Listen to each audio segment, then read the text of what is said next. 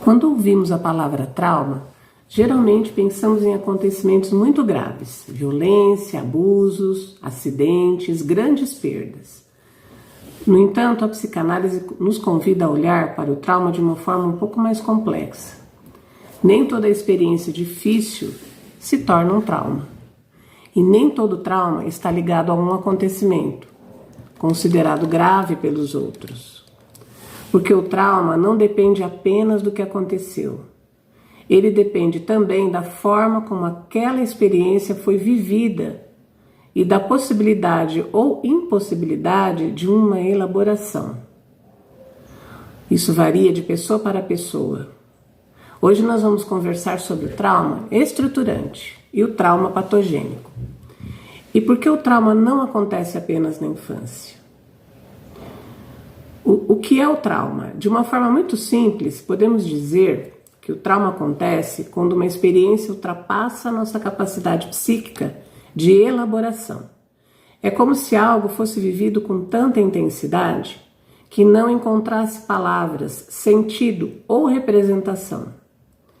A experiência acontece, mas não consegue ser integrada à história da pessoa, à história do sujeito.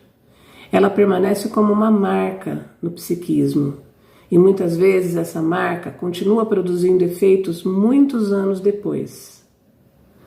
O trauma estruturante. Existe uma ideia muito importante na psicanálise. Nem toda dor é traumática. A vida exige renúncias, exige frustrações, exige perdas. Nenhuma criança cresce sem atravessar esses limites. Nenhum adulto vive sem experimentar decepções. Essas experiências fazem parte do desenvolvimento psíquico. Chamamos isso de trauma estruturante. São experiências difíceis, mas que podem ser elaboradas. Elas ajudam a construir recursos internos, ajudam a desenvolver tolerância à frustração, a reconhecer que nem tudo acontece como nós desejamos. Existe uma dimensão do sofrimento que participa da própria construção subjetiva do indivíduo. O trauma patogênico. Existe uma diferença importante. Algumas experiências não encontram condições para serem elaboradas. Elas chegam no excesso. Excesso de violência, excesso de abandono, excesso de humilhação, excesso de responsabilidade, excesso de medo, excesso de desamparo. Nesses casos, o psiquismo não consegue transformar a experiência em algo simbolizável. Não cria um simbolismo no psiquismo para entender aquilo, e a marca permanece aberta no psiquismo. É isso que chamamos de trauma patogênico. Não porque a pessoa seja fraca, mas porque a experiência ultrapassou aquilo que ela podia suportar naquele momento. O trauma não acontece apenas na infância. Existe uma crença muito comum de que todo trauma acontece lá na infância. A infância é, sem dúvida, um período muito importante, mas o trauma não se limita a ela. Traumas também podem surgir na adolescência, na vida adulta, nos relacionamentos amorosos, no ambiente de trabalho, em situações de violência psicológica, em experiências de exclusão, em perdas importantes, em relacionamentos marcados por manipulação, humilhação ou abandono. O trauma continua sendo possível sempre que uma experiência excede a nossa capacidade de elaborar. Muitas vezes o trauma está no excesso. As pessoas associam trauma apenas à falta de amor, falta de cuidado, falta de proteção. Mas acontece o trauma também no excesso.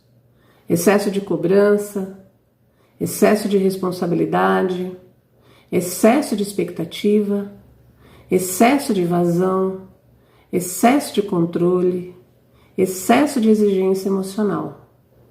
Há pessoas que passaram a vida inteira tentando sustentar aquilo que era pesado demais para elas e carregam isso sem perceber.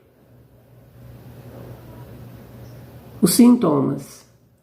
O trauma raramente desaparece sozinho. Ele costuma retornar através da ansiedade, através da vergonha, através das repetições nos relacionamentos, às vezes através dos sintomas físicos e às vezes através da sensação permanente de estar em alerta. O sintoma pode ser entendido como uma tentativa do nosso psiquismo de dar alguma forma àquilo que não encontrou palavras. Quando falamos em trauma, não estamos falando apenas de passado. Estamos falando das marcas que determinadas experiências continuam deixando no presente. Marcas no presente. Por isso, compreender a própria história não significa ficar preso a ela. Significa dar condições para que aquilo que foi vivido possa finalmente encontrar uma representação, um sentido e elaboração. E talvez essa seja uma das tarefas mais importantes da análise. Transformar aquilo que era apenas sofrimento repetido em algo que possa ser pensado, sentido, integrado à própria história.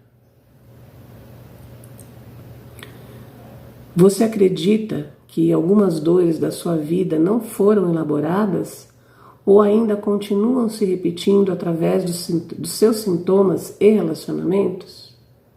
Essa é uma pergunta para a gente pensar. Até mais.